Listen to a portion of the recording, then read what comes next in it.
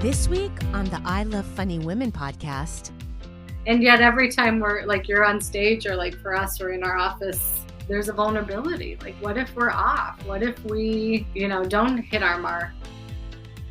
All of what you do is relational, right? Mm-hmm. Like you're feeding off the audience and back and forth and you're reading them. And now it is like, you don't have that. And I think that'd be very hard to keep up.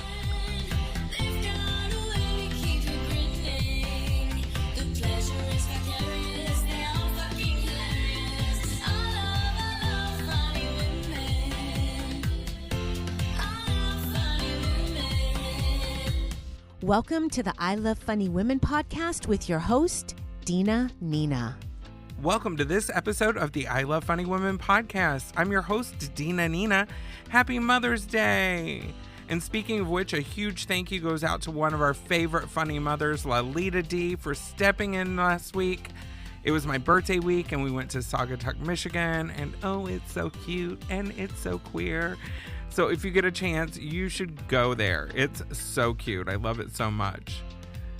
So as you know, we've been asking for videos and comments, and the winner of our Funny Mothers gift bag is Joanna Miller from Tulsa, Oklahoma. Congratulations, Joanna. We would love to hear from you. Post a video on Instagram, tag at I Love Funny Women with the hashtag HeyDina, and you could be on the podcast or even on our YouTube. And if you could give us a 5-star review on Apple Podcasts, we'd be ever so grateful. Your review helps our visibility on the platform, and we want everyone to hear these funny women.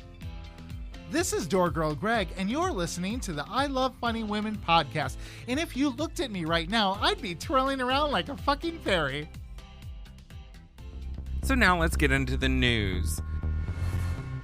The Obamas took to social media this weekend to announce the parting of the former first dog, Bo. The post from the official account had the cutest picture of Bo and President Obama running through the halls of the White House saying, "Today our family lost a true friend and loyal companion. For more than a decade, Bo was a constant, gentle presence in our lives, happy to see us on our good days, our bad days, and every day in between. Rest in peace, Bo, and our condolences go out to the entire Obama family and everyone whose lives have been touched by the glorious canine." As the U.S. begins withdrawal from Afghanistan, the fears of instability and a resurgence of the Taliban grow. The concerns are well-founded as this weekend, an explosion outside of a girls' school in Kabul killed at least 30 people, many of whom were students from the ages of 11 to 15. The school was in a Shiite Muslim neighborhood that has been constantly targeted by the Afghan Islamic State. Last Friday, Marjorie Taylor Greene and Matt Gaetz launched their America First tour.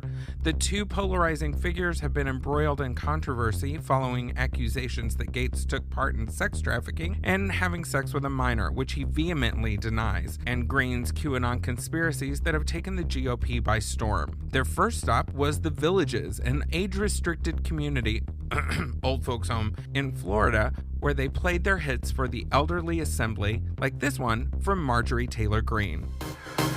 Tell me, who is your president? Who is your president? That's my president too. Okay. That's my president too. Okay. That's my president too. Okay. Oh, and no tour would be complete without this little ditty from Matt Gaetz. We have never abandoned Trump. Never abandoned Trump. Never abandoned Trump. Okay. He has never abandoned America. Never abandoned America. Never abandoned America. And we're gonna have his back, back, back, back, back. We're gonna have his back, back, back, back, back. Okay. Neither tune has made the Billboard Top 100, but they're very popular with the over 70s crowd and the anti-vaxxers. Mother's Day was yesterday, and we're feeling very grateful for those mothers who love and support their children even when they don't live up to parental expectations. Today we're talking to Edith from Elk Grove, Wisconsin. Hi Edith, happy Mother's Day. Happy Mother's Day to you, Dina. Thank you. My daughter is a 9-pound mini rat terrier, but she destroyed my body, so I get this one. Oh yeah, yes you do, Dina. So Edith, you're the parent of 2 children, a trans daughter, and a son who just joined the Proud Boys. How have you been dealing with your disappointment? Honestly, Dina, lots of nachos and tons of booze. Absolutely acceptable. I'm really just disappointed with Kennison. We thought he was going to be the bright one. But Maddie is the one who's got her shit together. Like, I know you're supposed to love both your kids equally, but come on. I hear you. How do you love Kennison differently than Maddie? Well, Kennison, I have to pair him with tequila. Whereas Maddie, I just take her shopping. She's going to be a beauty influencer. Kennison is going to be Will in prison. Sounds like you have your hands full. Oh, they're just Tic Tacs. They're totally not Xanax. I swear. Oh, no judgment. Maddie, sweetie, can you grab Mommy's go-go juice? And by go-go juice, you mean? Tequila, Dina. Xanax and tequila. And cheers to you and all of the mothers who parent with tequila and Xanax. Now it's time to see what the stars have to say about your sex life with our resident sexologist, Renee Hayden. The new moon in Taurus brings a bit of ease to the celestial entanglements we've been experiencing. The erogenous spots you never knew you had are beckoning for some attention, and you could be in store for a well-needed 4G. I'm your resident sexologist, Renee Hayden, and moon over for another Sex with the Stars. It's been an intense time for all of us, but the new moon in Taurus helps ease that. This movement brings in new beginnings, so there's something beautiful in store for all of us. It's a time of dedication to self and partner. Dedicate yourself to pleasure. Release those pent-up tensions and pressures from the recent celestial entanglements, because Taurus asks you to set some sweet intentions for new love, new adventures, and new sexplorations. Ooh, look what I just found. Examine your inner parts and ask yourself, where can you heal? What must you discover?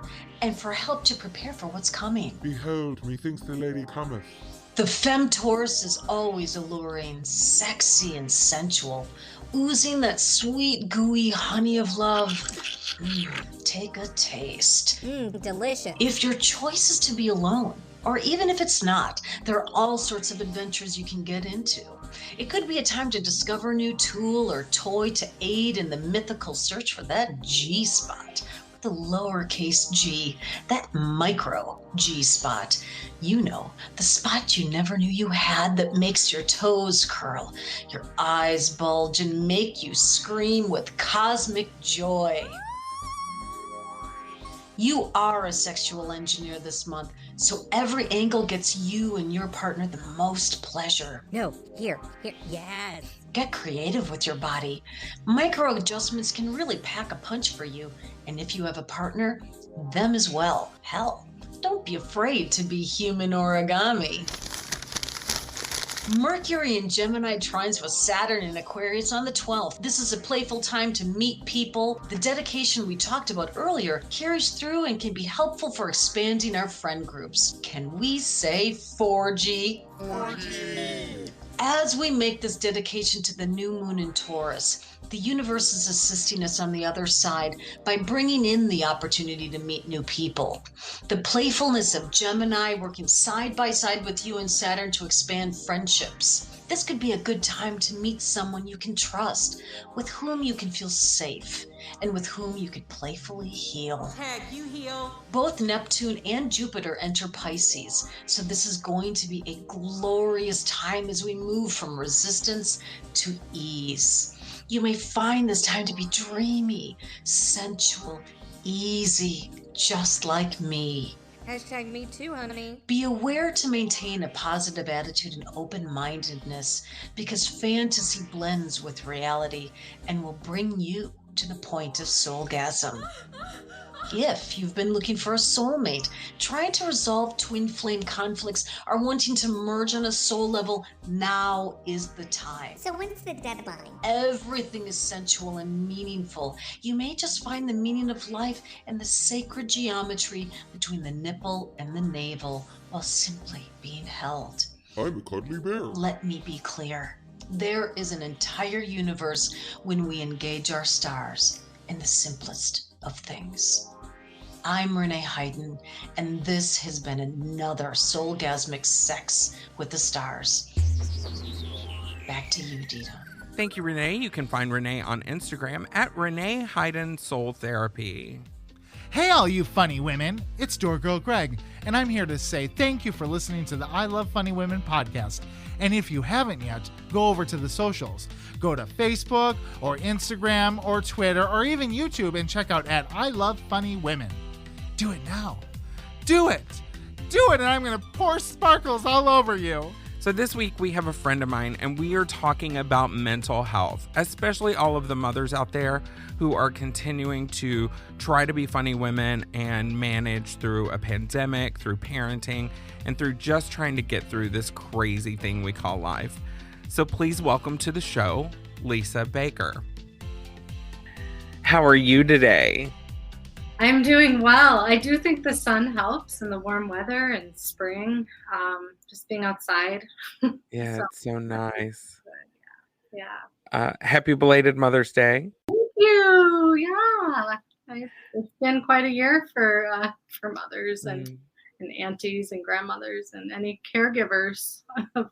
For sure. You And know. I'm just a dog mom, so. Dog mom is important. Those little critters need us. Yeah. So Lisa, I first of all, I'm just really excited to get to talk to you because it's been so long. But second of all, I wanted to talk to you about comedy and our mental health. I know that the studies say that laughter is incredibly helpful physically, but also for our mental health. And as comics, we use humor in so many different ways. One as a coping mechanism, one as a way to deflect. Another way is just to embrace who we are. So as someone who struggles with mental health constantly, I just thought it was really important to have this conversation about mental health in a more serious note, because the vast majority of people that I come in contact with are comedians, and we all use humor in different ways. So, yeah, I guess I just wanted to delve into that. And this year and a half have been... Yeah. The other pandemic, mental health. I mean, we're another frontline group who've been working a ton with a lot more mental health and mental illness. We've seen a lot more depression. I mean, maybe even, it's always an underestimate, but 40% of our population are reporting depression, anxiety. I would say it's an underestimate. Yeah. So it's been a major issue in our society that is not talked about enough or normalized and sort of validated enough, and even more so now. So, yeah. So as a comedian and someone who loves to make people laugh because I believe it's so healing, it's been difficult for us, but it's also been a challenge to continue making people laugh, because that's what we do, and that's where we get our validation. Yes. So you're another like healing professional. I mean, it really is the case. I mean, I've talked a lot to my own colleagues about that in our profession. How do we keep up the energy to really hold space for people and give the attention that's needed? Similarly, how do you keep up all the work you do to make people laugh and give them that relief and release? And it's got to come from somewhere. We need to have some well of energy to offer that, and we're not endless energy. We're not. I wish we were, but I mean, a lot of us have hit a wall. There's a lot high burnout, and I am interested. I do a lot of work with burnout and healthcare professionals and other fields. And have we really looked at burnout in comedians? Well, you and I can talk about burnout. I'm hella burnout. I could imagine right now, and I'm surprised that I'm even able to function. It's been hard, and I can't imagine that there's not a single person out there right now except for maybe Jeff Bezos, Mhm. who hasn't thought about dying or wanted to just kind of sink into their bed sheets and never come out. Yeah. So you're really speaking to, I think, something that's very hard to articulate, and you did it so well and with courage. I mean, it's this deep exhaustion, like core, it's emotional exhaustion that is in the body in such a deep way that it can feel impossible to even imagine getting up and moving. So that feeling of, can I just be really just horizontal Yeah. and not have Yeah. to move and not have to do any more output? Hmm. And right. And so, yeah, it can get really painful. And we see that during this time, people either become hyper functional, or not hyper functional, hyper performance oriented, Mhm. or just losing the will. And Right. I think I vacillate between the two, like trying to be hyper performing, because I want to keep my business alive and I want to be able to pay my rent. And so I go into this overdrive, and then on top of already trying, like, you know me, I'm always doing. Yes. Well, then I'm you can crash. I mean, you're Mhm, not, I mean, we see a lot of that sort of up and then crash, mhm, right? And so we're really, a lot of the work has been, how do we help people regulate?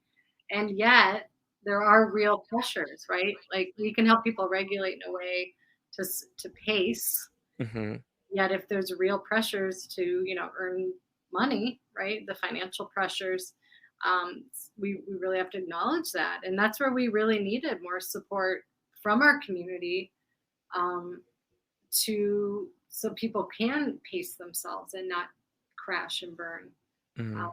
physically and mentally. So as people who so I feel like comedians are just broken. And we definitely have this need to that validation for us is super important. Like, it's the thing that keeps me going.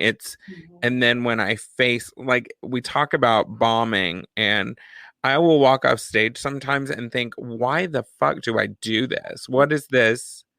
Why do I keep doing this? And the only thing I can come back with is that, one, I love it. I love making people laugh. Two, I love the challenge of writing jokes. And three, what else am I gonna do? Yeah, I get that. And yet every time we're like, you're on stage, or like for us, we're in our office, in these more intimate spaces, there's a vulnerability. Like, what if we're off? What if we, don't hit our mark, or, and we either, have a bad Mhm, performance and we get a bad review, or in our case, like a client who stomps away and we're like, why are we doing this, right? Like, mhm, I guess part of the question is, how do you balance also, like, some, or have some grace for yourself to say it's okay to bomb? I mean, is there mhm. some room for that? It's hard when you have a big group of people and your finances depend on it, I imagine. Yeah. I will say that part of it is that I know that I learn a lot from bombing. Like, I learn what Right? didn't work, but also I just have off nights. And so there are times when I'm just like, okay, well, that wasn't great. Yeah. And I know these are the things that I could have done, or the audience wasn't responding, or whatever. But then I have a string of shows that are just phenomenal. And I'm like, I'm a goddess, like, I'm like, nothing can harm Um, me. yeah. So there's that. But now we're in this space where almost every time you get online to do a virtual show, there is not that feedback. And so we've had to, like, so it either feels like I'm bombing constantly, or like I'm just talking into an echo chamber. Yes, that is tough. I mean, really tough. And I appreciate you naming that, because all of what you do is relational, right? Like, Hmm. you're feeding off the audience and back and forth, and you're reading them. And now it is like you don't have that. And I think that'd be very hard to keep up. Hmm. Very hard. I mean, I teach mindfulness and I do some other group work. And when those screens are off and there's no video and no sound, I'm like, I'm just Am I doing a good job? you feel Are you really out of sync, and Yeah. you really realize how important the nonverbals are, the bodies, like being in a space with people are so much about our craft. Yeah. Yeah. So it's amazing that, the agility and that you were able to move to this medium and still do the work. And it is got to be so much more exhausting. I mean, I feel that with like doing teletherapy. Like I'm like, what, trying to read people, like what so much I realize is the body language and just sensing each other in a space. And it's really And there is something about that close energetic relationship that we never pinpoint. Yeah. Like there's something about being physically present in a space with somebody, whether it's nonverbal or not, there is a communication that is not externally visible when you're in close proximity. Absolutely. Oh, I feel that. Oh my gosh. Well, I'm thinking back to being in the audience in live comedy shows, and so much of my whole being is moved in a way that is different than watching it on, a two-dimensional, a flat screen, and not them seeing me in back and forth. So, yeah, that's huge. So, as I've just kind of described who we are as a group of people, what are things that you would suggest, not only for comics, but anyone that uses humor to, I talk about like using humor as a coping mechanism. I've talked about my experiences as a trans person, as a person of size, as all those things, my relationship dynamics with my family. We use a lot of our stories to kind of feel better about what we've gone through, but also to have this common ground with an audience. Yeah. As people who do this professionally, semi-professionally, amateurishly, what are some things that you would suggest to, especially for those of us, like there is no comedy union. I don't get comedy insurance. I'm not on the comedy insurance plan. For a lot of us, we don't have the resources to actually call somebody and have telehelp. We don't have the resources to go into a therapy office. So what are ways that we can function and have our mental health as a priority when we're not able to medically prioritize it, if that makes sense? Absolutely. And I want to just acknowledge what an oversight in our society and a major hole that there isn't more support and access to mental health care for comedians and in the world that you're working in, because I do think it would be really helpful and needed, just like in other parts of society. And you are healers. Like I think of our work, like there's healing work. We use ourselves, which means that there needs to be some level of being in touch with our inner world in order to use ourselves in a way that feels that we continue to be in a healing, doing healing work. So that is really painful to hear and know. And I hope, we should talk more about that. There needs to be some changes there. In saying that, I do think, I don't know if there's some like support groups. I mean, I'm sure you all support each other in all sorts of different ways, but really like being intentional about holding space for like, okay, when can we drop some of the comedy, knowing that comes so naturally, right? Especially when we're with each other. And you can let me know, maybe this is something you're already doing. But I mean, it probably is something you've experienced, but really holding space to like, how are we really doing, right? Like, how are each of us doing and talking with each other? I think group, peer support can be really powerful. That said, it can, depending on the peers, and if the relationships aren't very solid, it can backfire. Yeah. So I would just really encourage people to tend to their relationships with their fellow comedians and maybe outside of the world if it feels too close, like or they need to talk to other people who they trust. but being able to just also have some space to cry if, you Mhm. know, things come up and we need to release some of the real pain in the, you know, in our experiences. I've absolutely done a lot of crying this year. I was like, just let it out. You know, I also think, I mean, some other things that have helped me during a time where it's been a lot of demand on my attention and my work and my world, which I both love. So I'm going to like give it my all, but I can also, like we talked about earlier, we can crash if I'm not careful. So I would really look at like how, you know, how are you taking care of yourselves? Is there some, you know, what is the norm around, you know, sleep? Like, are people staying up really late and, you know, not getting good sleep? These are things that can really affect our energy and mental health, right? And so, you know, like just, and I've worked with a lot of industries too where there's not priority on that kind of self-care, right? Like on Yeah. daily, like, are we sleeping enough? Are we doing too many shows? Or are we producing too much? And just checking on each other around that.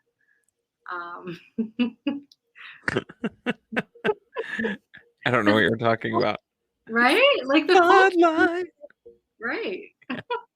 I also feel sometimes if I'm too well adjusted, am I ever going to be funny again? Like, I think you will. And I mean, you don't lose like all your richness, right? Like, and you know, I think there's always, you tell me though. I also think that about losing weight. If I lose weight, if I'm well adjusted, will I really be funny?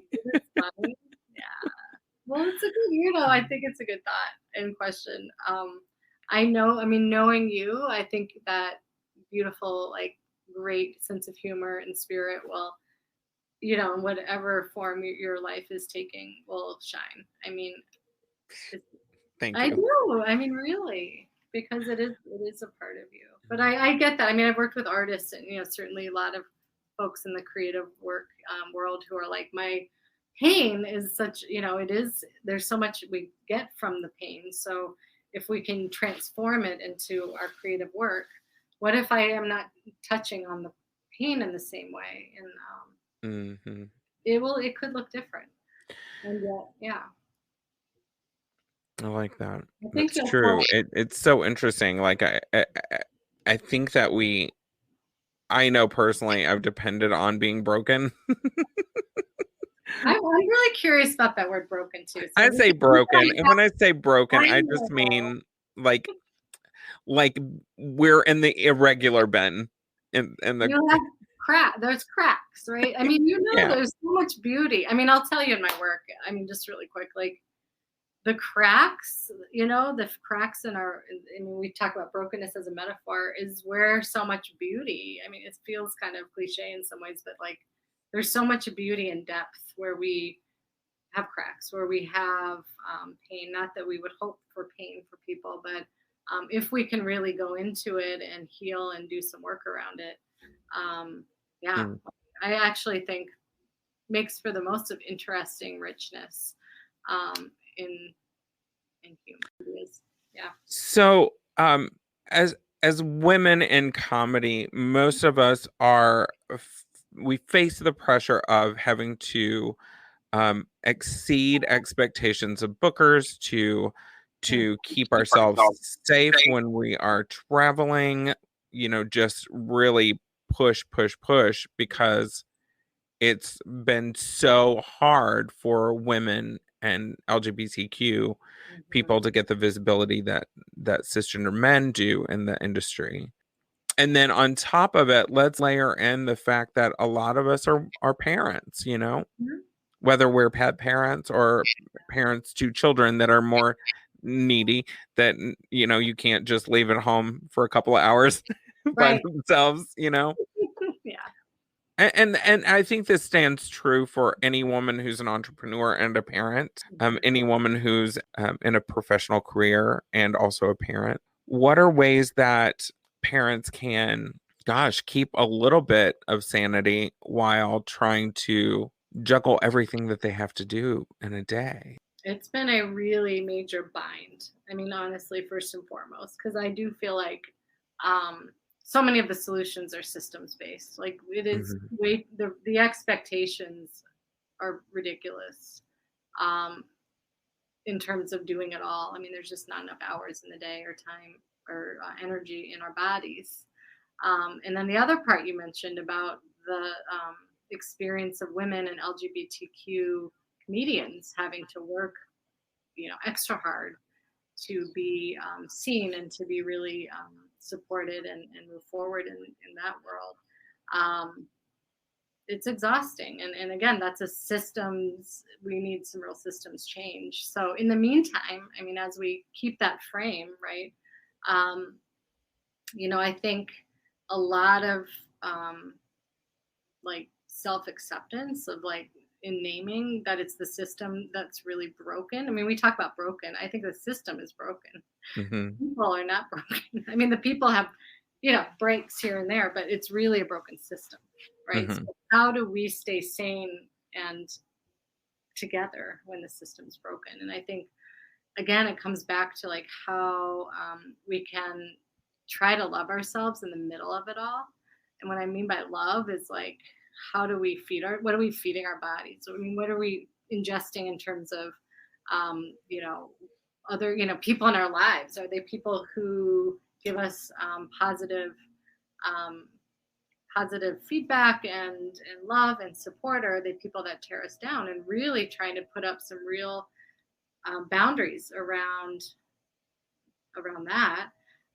Also looking at, and a lot of us over the pandemic and a lot of clients right now, as the spring is coming and we're thinking about like, what have we been putting in our bodies? And to survive, it's, for me, a good number of junk food and nachos and late night snacks. But it's like, which is fine. And part of it's like loving yourself for that, because that's what we need. And then at some point, what do we need to do to just love ourselves in a different way, which may mean getting more sleep, drinking more water, taking more walks, right? I mean, we talk about water. Like, are we drinking enough water? It's not about getting, I mean, never drinking enough water. I'm not. Well, that's not water. So, so I don't know. I mean, a lot of it is it's not one or another. Like we really need to first and foremost bring full on acceptance and love to ourselves wherever we're at, whatever we're putting in our bodies or outputting, right? That's such a hard journey though. Like that's a journey within itself. It's a daily practice. I mean, it really is. And I do think, so I'm a mindfulness teacher, a sort of compassion practitioner.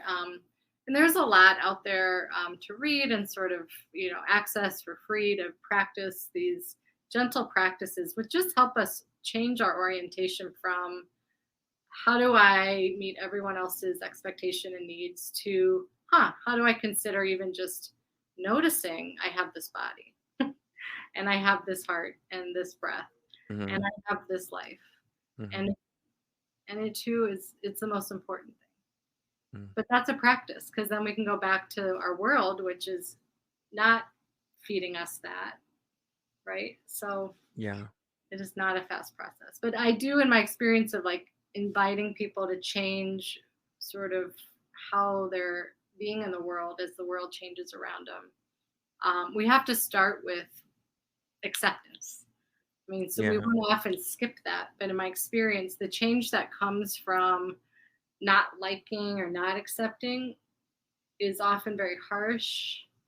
And we either don't sustain the change, engage it, or, it just leads us in the wrong direction.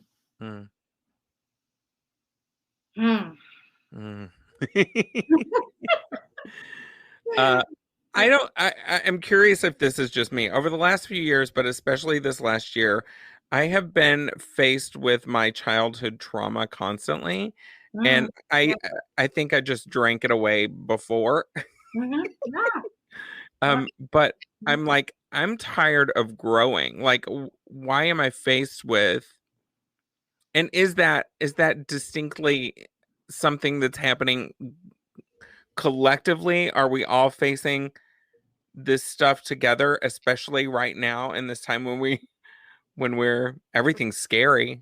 Yeah. Oh my God. Politics are scary, the pandemic, like the racism, transphobia, the everything. It's scary and it's hurtful. Absolutely. Absolutely. We've seen so much more trauma symptom, right? Like that either re-experiencing, even like the body, all of a sudden we're having these old feelings like that we're like, why? I'm just sitting here. Why am I all of a sudden feeling these things that are feeling from the past? And here they are. And so part of it is just bringing that awareness. And what's so beautiful about what as you're speaking to that, not the pain of it, that must be really hard to hold, but even that you're aware of what the pain is. Because like a lot of people are like, ooh, pain, drink, or ooh, pain, distract, or ooh. I miss those days.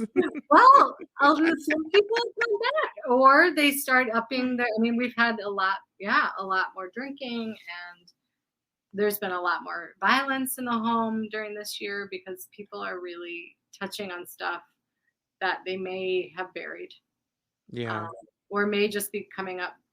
They may have healed, and then all of a sudden, oh, here it is again, because whatever's happening in our world, which is incredibly traumatizing, especially, for, Black individuals, LGBTQ, trans folks who are experiencing all this, the transphobia and violence and threats. That's trauma. So that in of itself, it's not that it necessarily, may not even have to trigger something else. It's still traumatic. So again, part of it is a few things. I mean, I would say limit our what we ingest, like really curate, like what we watch and what humans were taking in. I would say humor. I mean, I had to start really limiting like the major news networks, and I would only watch like like Stephen Colbert, people who could offer the news but bring humor to it, because it was the only way my body could handle keeping up with the news. So really, I vacillate between being totally engaged and shutting off. But also part of my job is knowing what's happening and being tuned in, which can be it can be a lot. It is a lot. That's a really good point. Again, like the work I've done around burnout, I'm thinking of like newscasters. So I've worked with folks in the news who are just like ingesting all this stuff all the time and not always aware of how it's impacting their psyches. And you're doing that. Yeah. I mean, so there needs to be a lot more awareness, like really uplifted around the work of comedians on so many levels. Because you bring such an important, I think, service. I mean, right. A need to our society. For thousands and thousands of cents. Thousands of cents. We should really be. All the pennies. All the pennies. Oh. Well, thank you so much for spending Mother's Day with us and for helping us out. And it was a pleasure to see you again. It was helpful. More ahead. Yeah. Thank you for being you. Oh, thank you for being you. Where can people find out about you and learn more about what you do? So, sorry, I had my meditation voice on right then. Where you can find me? So I'm in a couple of places on the web. My consulting business, which is where I do a lot of work with organizations, leaders, retreats, and we do a lot also with conflict, where there's high conflict experiences. Our website is consultingcollaborative.org. You can find us online at consultingcollaborative.org. And then my private practice, where I do offer psychotherapy, is shorewoodspsychology.com. So you can find me there, or on the web, Lisa Baker. You can find me in Madison, Wisconsin. Dr. Lisa Baker, thank you so much. And that's all we have time for this week. Thanks for listening to the I Love Funny Women podcast. You can find us on all the social media at I Love Funny Women, and find us on our YouTube as well. The podcast was written by me, Dina Nina Martinez, and you can find me on Instagram and Facebook at Dina Nina Martinez. Thank you to our glamorous door girl, Greg, and you can find Greg on Instagram at Gigi Potter. And thank you to our announcer, Krista Garner. This is an Artemis Glow Studio production in association with Crossover Media and AMG. See you on our YouTube or right here next week.